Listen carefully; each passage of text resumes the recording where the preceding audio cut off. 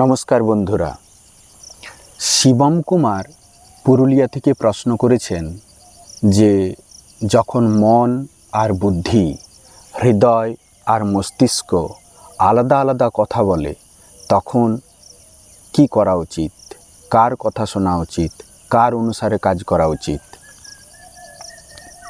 খুব একটি গুরুত্বপূর্ণ প্রশ্ন এটা, আর আমাদের সকলের জীবনে সব সময় আমাদেরকে এটা ফেস করতে হয় যে অনেক সময় আমাদের হয় যে কোনো সময় মন বলে এই কাজটা কর, আবার বুদ্ধি বলে, মস্তিষ্ক বলে যে না, এই কাজটা করা যাবে না, কারণ এই কাজটা করতে গেলে পরবর্তী জীবন অনেক বড় ক্ষতি হবে।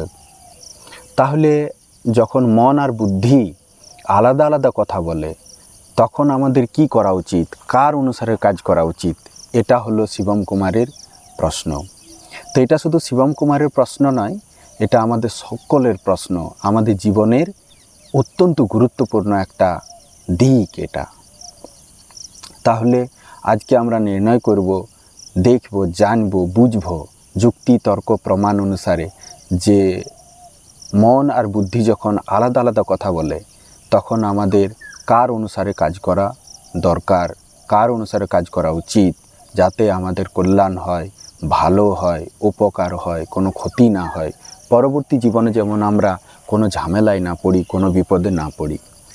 তো সবার থেকে আগে আমাদেরকে এইটা বুঝতে হবে যে মন মানে কি আর বুদ্ধি মানে কি। তো মন মানে হলো বুদ্ধিরই এমন একটা সামর্থ্য বা মস্তিষ্কের এমন একটা সামর্থ্য, এমন একটা শক্তি যে আমাদেরকে ভাবনাত্মক দৃষ্টিতে ভাবনাত্মক আবেগগুলোকে অভিব্যক্ত করতে, প্রকাশ করতে, বিকশিত করতে হেল্প করে, সাহায্য করে। তাহলে মন কি?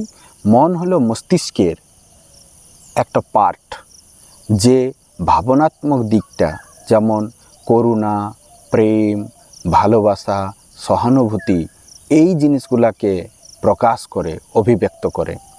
আর বুদ্ধি কি? না, বুদ্ধিও হলো মস্তিষ্কেরই একটা অংশ যে যুক্তি, তর্ক, প্রমাণ, সঙ্গতি অনুসারে ডিসিশন নেয়, নির্ণয় করে যে এই কাজটা আমার জন্য ভালো বটে ন লয়, এই কাজটা করণীয় বটে ন লয়, এই কাজটা করতে গেলে আমার পরবর্তী জীবনে কি প্রভাব হবে, কি ক্ষতি হবে, কি কল্যাণ হবে, কি অকল্যাণ হবে। মানে যুক্তিবাদী যে শক্তি বুদ্ধির, সেই শক্তিটাকে বলা হয়, বা মস্তিষ্কের যে যুক্তিবাদী পার্ট আছে সেই পার্টটাকে বলা হয় বুদ্ধি। তাহলে আমরা জানলি যে মন মানে কি আর বুদ্ধি মানে কি। সহজ কথায় বলতে গেলে মন কি করে? প্রেম, করুণা, বাৎসল্য, সহানুভূতি, এই যে শক্তিগুলো আছে এই শক্তিগুলাকে প্রকাশ করে, এইগুলা অনুসারে কাজ করে। মন ভালো মন্দ, কল্যাণ অকল্যাণ অত সব বুঝে না। মন কি বুঝে? মন বুঝে কোনটা ভালো লাগছে, আর বুদ্ধি কি বুঝে? কোনটাই ভালো হবে। মন কি বুঝে? যে এখন কোনটা ভালো লাগছে, এখন কোনটা প্রিয় লাগছে, কোনটা সহানুভূতিশীল লাগছে। আর বুদ্ধি কি দেখে? বুদ্ধি কোনো টাইমের উপর নির্ভরশীল নয়। বুদ্ধি দেখে যে কোনটাই আমার ভালো হবে, লাভ হবে, কল্যাণ হবে। একটা উদাহরণ দিই। দেখো, আমাদের সঙ্গে সবার সঙ্গে এই ঘটনাটা ঘটে যে আমরা ভাবি যে আমাদের সুস্থ থাকা উচিত, তার জন্য আমাদেরকে ব্যায়াম করতে হবে, সঠিক খাবার খেতে হবে, সঠিক পরিমাণে ঘুমাতে হবে।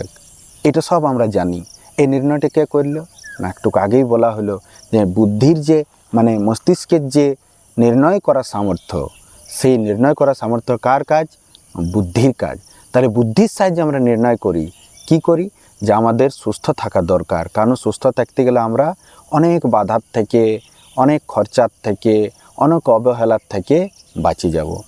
তাহলে বুদ্ধি নির্ণয় করে যে আমাদেরকে সুস্থ থাকতে হবে, আর সুস্থ থাকবার জন্য আমাদেরকে ব্যায়াম করতে হবে, এক্সারসাইজ করতে হবে, শুদ্ধ খাবার খেতে হবে, টাইম অনুসারে ঘুমাইতে হবে, সঠিক পরিমাণে জল খেতে হবে, এটসেট্রা, অনেক কিছু। এগুলো বুদ্ধি নির্ণয় করে।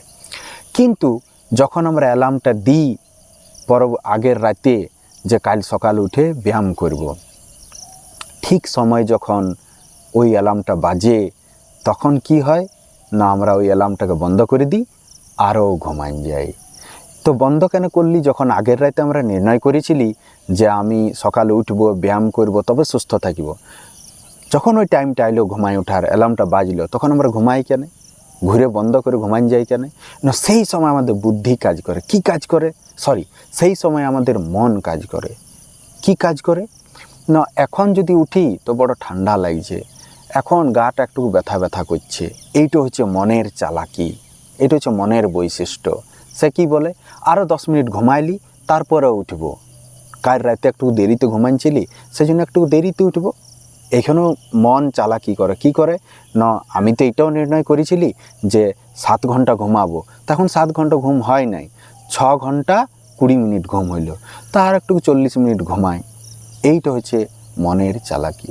তাহলে আমরা বুঝতে পারছি মন কিভাবে কাজ করে আর বুদ্ধি কিভাবে কাজ করে।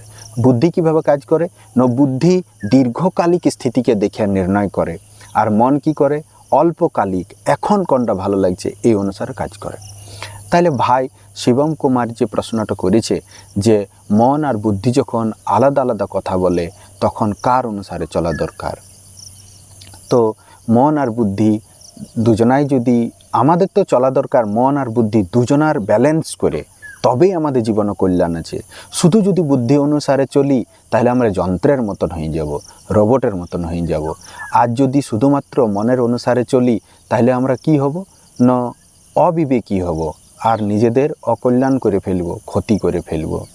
সেই জন্যে আলটিমেট উত্তর তো এইটা যে মন আর বুদ্ধির মধ্যে সমন্বয় করে মন আর বুদ্ধি দুজনাকেই কাজে লাগায়, মানে আবেগ আর বিবেক দুজনাকেই কাজে লাগায় আমাদেরকে জীবনে নির্ণয় নিতে হবে। আর যদি এমনি কোনো পরিস্থিতি থাকে যে মন আর বুদ্ধির মধ্যে যে কোনো একজনাকেই আমরা বাঁচতে পারবো, তো এমনি পরিস্থিতি খুব কম থাকে কিন্তু থাকতে পারে। কিন্তু ভাই শিবম কুমার প্রশ্ন তো এইটাই যে মন আর বুদ্ধির মধ্যে যদি একজনাকেই বাঁচতে হয় তাহলে আমরা কোনটা বাঁচবো? তো মন আর বুদ্ধির মধ্যে যদি একজনাকেই বাঁচতে হয় তাহলে আমাদের বুদ্ধিকেই বাছা দরকার। কেন না, বুদ্ধির অনুসারে যদি আমরা চলি তাহলে আমরা ক্ষতির থেকে বাঁচব, আর মনের অনুসারে যদি আমরা চলি তাহলে ঠিক আছে এখন সুখ শান্তি অনুকূলতা পাবো, কিন্তু গোটা জীবনের দৃষ্টিতে বড় ক্ষতিতে পড়ব।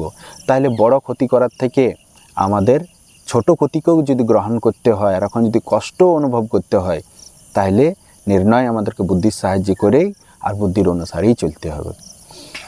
তাহলে আমরা কি এখন শিখলি, মন আর বুদ্ধির মধ্যে যদি আমাদেরকে নির্ণয় করতে হয় যে কার অনুসারে চলব, তাহলে আমার মতামত তো হলো এইটা যে বুদ্ধির অনুসারেই চলতে হবে। আজ এরপরে যারা দেখছো তারা নিজেরা কমেন্টে জানাবে যে তোমার মত অনুসারে বলো যে মন আর বুদ্ধির মধ্যে কার অনুসারে চলা দরকার। সবাই কমেন্টে জানাবে। আরও যদি কোনো প্রশ্ন থাকে এমনি ধরনের জীবনমুখী বা আর অন্য কোনো, তাহলে অবশ্যই কমেন্টে জানাবে। অনেক অনেক ধন্যবাদ। নমস্কার।